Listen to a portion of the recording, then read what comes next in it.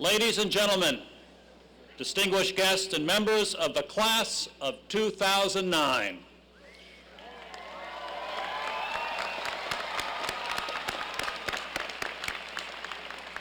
Welcome on indeed such a beautiful, cool morning to this grand old Dickinson tradition. Each year we gather here before the old stone steps to celebrate Dickinson's most important responsibility and its greatest accomplishment. You are graduates.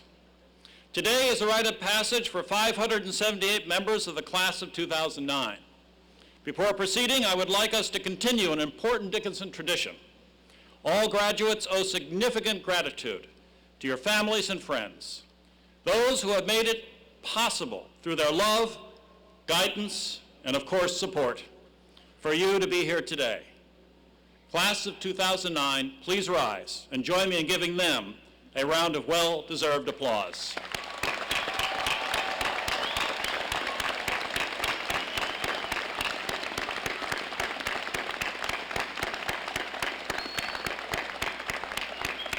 Thank you.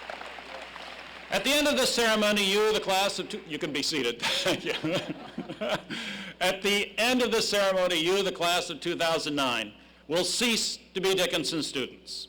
The procedure is straightforward, yet profound. There is first a simple, formal statement from me indicating that upon the recommendation of the faculty to the Board of Trustees, I confer upon you your degrees. This is followed by the peal of a very special bell, marking the exact moment that you cease being a student, at least at Dickinson, and become alumni of the college. And finally, you are asked to switch the tassel on your cap to the other side to indicate symbolically that you are a graduate and not a student. The bell is a small replica of the Liberty Bell and is one of a very limited edition that was cast in the same foundry in England as the original bell. It is significant to Dickinson College for a number of reasons. The bell was originally commissioned by the Pennsylvania General Assembly. The Speaker, Isaac Norris, was given oversight of its casting and the selection of the bell's inscription to, quote, proclaim liberty throughout the land. Norris was to become John Dickinson's father-in-law, the individual for whom, of course, our college is named. Equally important, this replica of the Liberty Bell symbolizes our revolutionary heritage and our commitment to democracy. It reminds us that our founder, Dr. Benjamin Rush, and many of our earliest supporters were signers of the Declaration of Independence and drafters of the U.S. Constitution. As such, the ringing of the bell serves as an inspiration to all of you to become the active citizens and leaders of your global generation. Dr. Rush is symbolically here with us today for this important occasion. His statue, which stands to my left, your right, is appropriately attired for today's ceremony. This year, we honored Dr. Rush's extraordinary vision as we celebrated the 225th anniversary of the enactment of the charter that established Dickinson College. It was written by another Pennsylvania signer of the Declaration of Independence, James Wilson, also an original college trustee. Remarkable in their brevity, the first two paragraphs of the charter explicitly reference the responsibility of the rising generations to lead the nation to preeminence and prosperity. Equally important, the charter specifically acknowledges the indispensable role the promotion and dissemination of useful knowledge would play in the advancement of the new nation in the world. Dr. Rush, in short, established our college in the closing days of the American Revolution to provide students with a useful liberal arts education. This was an activist and not a passive notion of education. And upon graduation, he fully expected Dickinsonians, you now, to become engaged citizens who would ensure the success of the new democracy through knowledge, advocacy, and yes, employment. Rush's vision is every bit as relevant today as it was 225 years ago. We, the faculty and staff of Dickinson College, have worked closely with you these past years to act upon this noble ambition. It is now up to you to embrace and fulfill it. Over the past years, you have received a liberal arts education that is distinctive to Dickinson.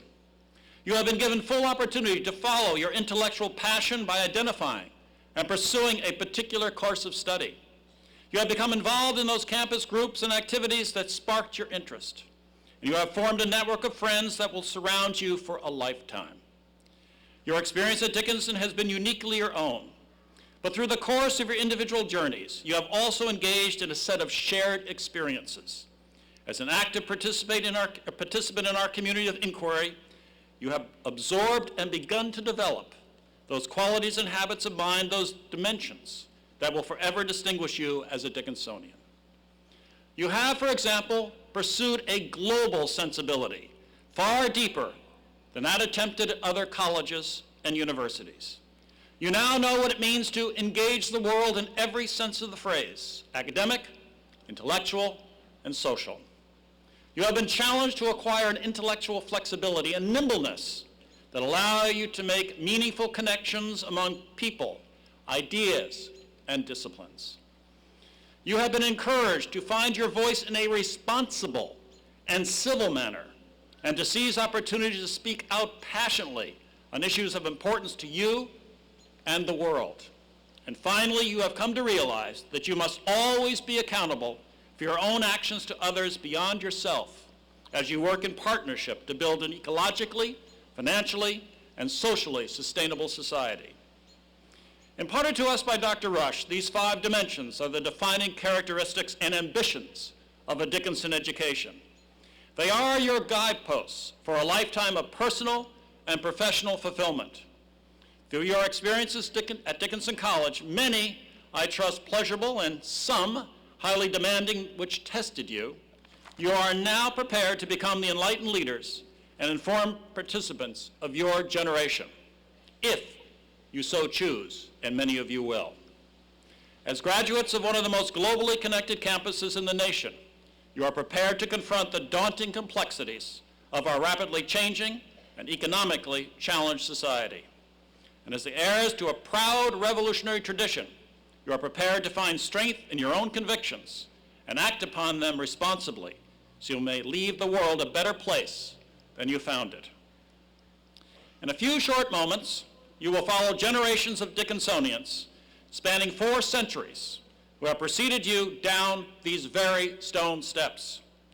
They include a President of the United States, a Chief Justice of the U.S. Supreme Court, Associate Justices, federal and Commonwealth judges, scholars, teachers, business leaders, entrepreneurs, research scientists, writers, artists, lawyers, journalists, humanitarians, philanthropists, military leaders, religious leaders, diplomats, elected officials, and even a few college presidents.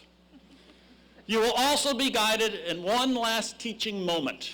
Yes, there is one more. By the distinguished individuals and an organization selected to receive honorary doctorate degrees from Dickinson today. Each recipient has exhibited the qualities of a true Dickinsonian through professional commitment and accomplishments, and each has served as an important inspiration to you. As you make your mark beyond these limestone walls, remember the very simple words of Benjamin Rush, the words he used to describe himself as a signer of the Declaration of Independence. While writing eloquent and long paragraphs about his fellow founding fathers, of himself, he wrote simply, he aimed well. 3 words, that's it. Your life will inevitably take some twists and turns, and you will undoubtedly make some mistakes along the way. Accept these for the learning value they provide. And as true Dickinsonians, never lose, please never lose, the same self-effacing but powerfully effective perspective that guided Dr. Rush. I ask you too to aim well. I ask you to find a style of leadership that is generous, that listens, that engages the mind, intellect, and civility. Class of 2009, go forth and yes, engage the world. It lies directly before you. In fact, you already carry a good part of it within you. It is of your own making. But please remember that the self is an entirely inadequate safety net. Reach out beyond yourself. Appreciate and listen carefully to the perspectives of others. By so doing, you will gain an authenticity of self and human purpose that is capable of growing and blossoming with the inevitable changing circumstances of the world before you. I congratulate you on the remarkable achievement you celebrate today. At the close of this ceremony, you will join a group of talented and ambitious alumni whose achievements and connections encompass the globe. As a fellow graduate of our college, I welcome you personally to this extraordinary group of individuals. We all have earned the privilege to call ourselves Dickinsonians. Thank you.